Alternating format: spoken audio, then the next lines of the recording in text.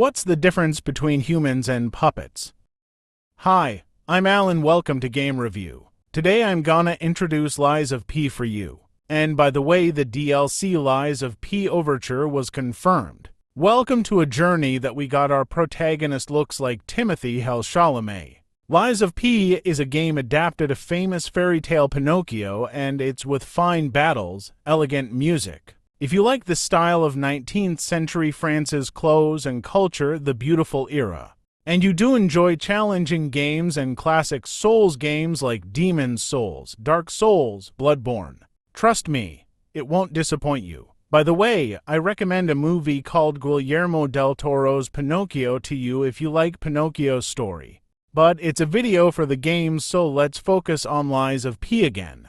Lies of P is a Souls-like game, and it does learn a lot of things from the same genre games. But it does have its own special things with unique designs and make the learned details better on their own way. The studio didn't copy and paste only. I'll discuss these topics on the B and D section, as known as the Benefits and Defects section. Benefits.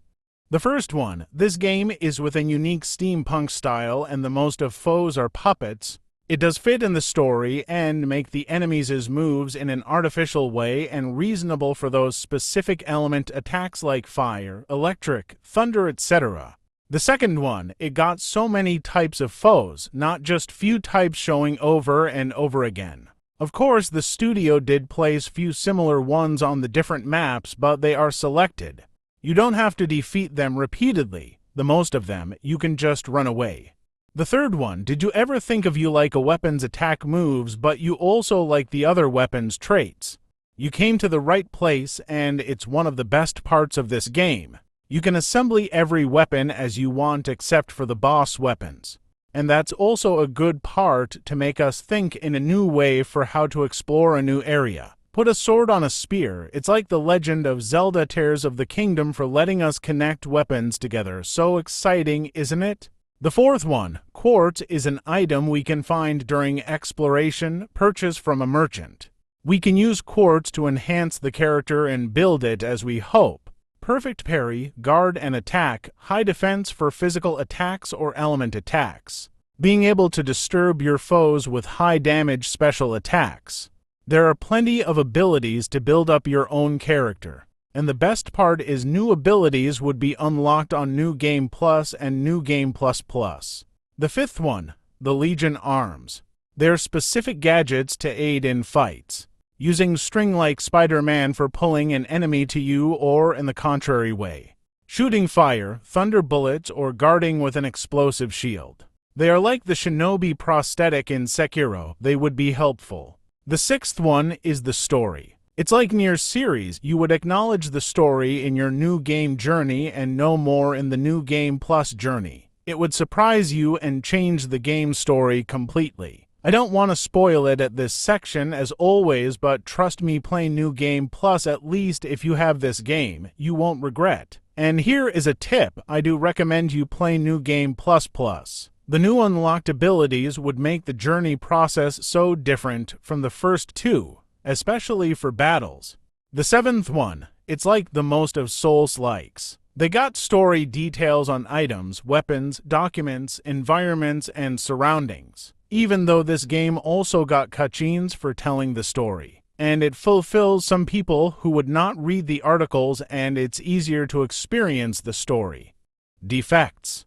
The first one, it's too hard to apply perfect parry. Especially for some bosses like Romeo, King of Puppets, Puppet-Devouring Green Monster, Laxexia the Complete, and Nameless Puppet. They got some skills with no signs and attack suddenly. It would make this game a bit hard for people who try this game as their first challenging game. But don't worry, here it's a remedy that you can summon a Spectre NPC as a teammate. It would be helpful and give you some free windows for observing how to deal with them. Summon a Spectre needs to use an item called Star Fragment, but no need to save or grind them. Generally, you won't spend them. Also, if you need, use it without hesitation, please. Save your time or get some ideas for defeating an enemy who stands up in the middle way. The second one, the character is weak at the very beginning. It's like the studio forces us to level up the basic functions. For example, the capability for rolling right after the character is on the ground. It makes the game be more difficult, especially for people who don't get familiar with this game yet. But there's one way to solve them. If you kill the first boss, you would be able to purchase the quartz to activate the skill rolling right after the character is on the ground, and they are cheap. The third one is everything consuming stamina, attack, guard, rolling, even perfect parry. It's usual for a Souls-like, but considering of the thing that I'm gonna tell, then you would figure it out. This game is able to knock out the bosses and the most of foes. But we have to max up their posture bar first, and it's not available for displaying on the screen for the most of time. It's only one way to know it reaches the maximum or not. Enemies' health bar will turn into a shining white bar. Attack it with full charged heavy attack or some special attack. When the health bar is shining, then the foe would be knocked out. But there's one question: your foes would act as the same even the bar is shining, they wouldn't slow down.